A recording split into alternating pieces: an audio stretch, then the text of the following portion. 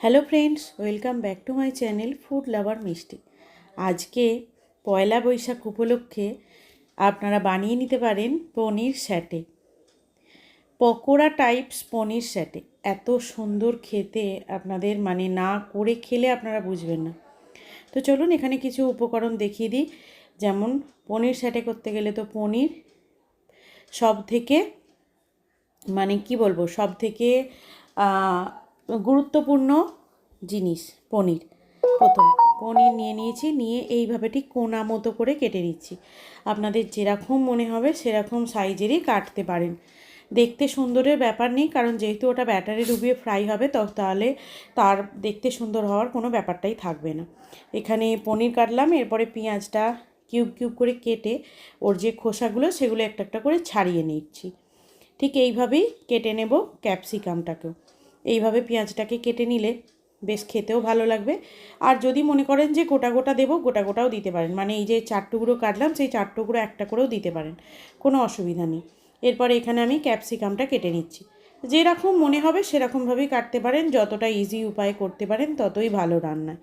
কারণ এই গরমের সময়ে রান্নার ঘরে বা রান্নার গ্যাসের কাছে যত কম সময় থাকা যায় ততই ভালো, তাই নয় কি? তাই চেষ্টা করবেন যতটা কম সময়ে রান্না করা যায়। পয়লা বৈশাখ উপলক্ষে যেহেতু রেসিপি, তো গরম তো অবশ্যই থাকবে।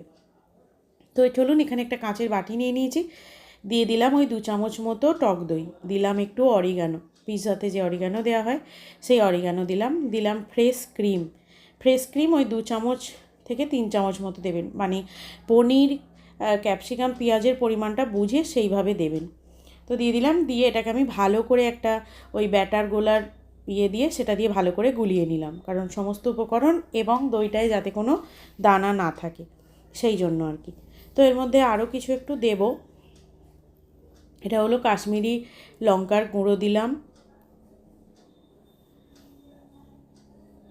গোলমরিচের গুঁড়ো অবশ্যই দেবেন। একটু চিনি দিলাম, 2-4টে দানা চিনি, অল্প করে চিনি দিলাম, স্বাদ মতো লবণ।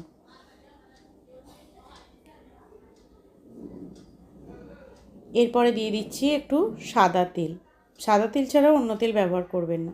দিলাম একটু চাট মশলা যে কোনো রান্নাতে দিলেই খুবই ভালো লাগে, ওর একটা যে টক ঝাল ভাবটা সেটা খুব সুন্দর লাগে। এরপরে দিয়ে দিচ্ছি আদা রসুনের পেস্ট। এরপরে আমি আবার ওই ব্যাটার গোলার এটা দিয়ে আমি ভালো করে এটাকে গুলিয়ে নিচ্ছি, মিক্সড করে নিচ্ছি আর কি। এটা একটু পাতলাই মাখালে ভালো হবে, তাহলে ওই যে জিনিস পনির পেঁয়াজ এগুলোর মধ্যে ভালো করে মিশবে। এবার আমি এটাকে পুরোটা ওর মধ্যে দিয়ে দিলাম, দিয়ে ভালো করে মাখিয়ে নেব, নিয়ে ফ্রিজে ঢুকিয়ে দেবো রেস্টের জন্য, যাতে মশলাগুলো বেশ এর মধ্যে ঢুকে যায়। খুবই দারুণ খেতে হয় এটা আমি একটা বিয়ে বাড়িতে খেয়েছিলাম।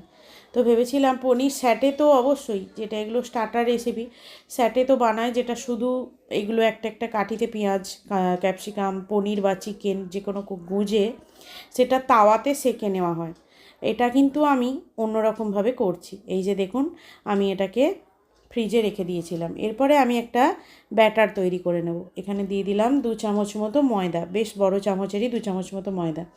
দিয়ে দিচ্ছি কর্নফ্লাওয়ার, ওই 1.5 চামচ মতো কর্নফ্লাওয়ার দিলাম হচ্ছে গোলমরিচের গুঁড়ো দিয়ে দিলাম।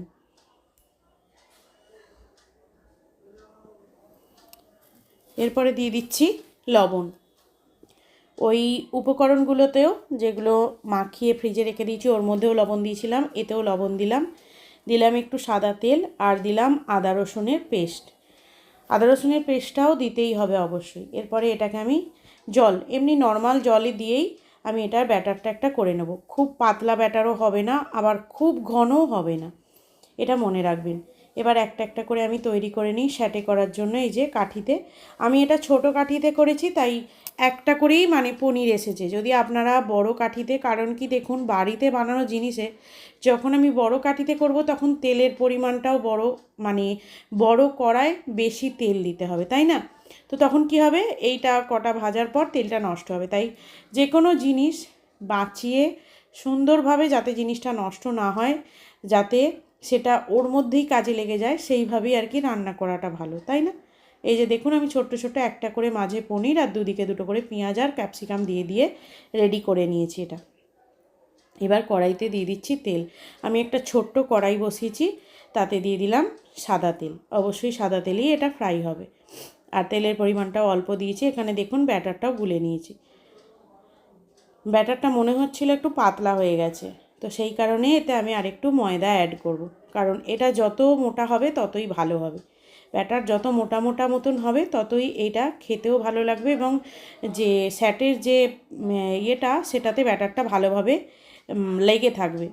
এই যে দেখুন একটা কাঁচের কাপে আমি ঢেলে নিয়েছি। এটা একটা এরকম লম্বা কাপে ঢেলে নিলে কি হবে, এটা যখন আপনি ডোবাবেন, যখন ডিপ করবেন ওর মধ্যে, তখন এটা খুব সুন্দরভাবে ডিপ হবে। এই যে কড়াইতে দিয়ে দিয়েছি। সত্যি বলছি, রেসিপিটা বিয়েবাড়িতে খেয়েছিলাম, ট্রাই করব বলে অনেক দিন ধরেই ভেবেছিলাম, ট্রাই আর করা হয়নি।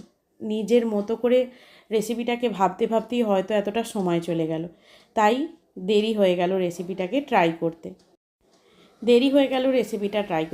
আর রেসিপিটা ট্রাই করার পরই আপনাদের সাথে ভিডিওটা শেয়ার করছি, কারণ খেতে খারাপ হলে আমি সেই রেসিপি শেয়ার করি না। আর আমার বানানো রেসিপি খেতে খারাপ খুব কমই হয়, না হয় না বলবো না, খুব কমই হয়। এই যে দেখুন সাদা সাদা মতো হয়েছে।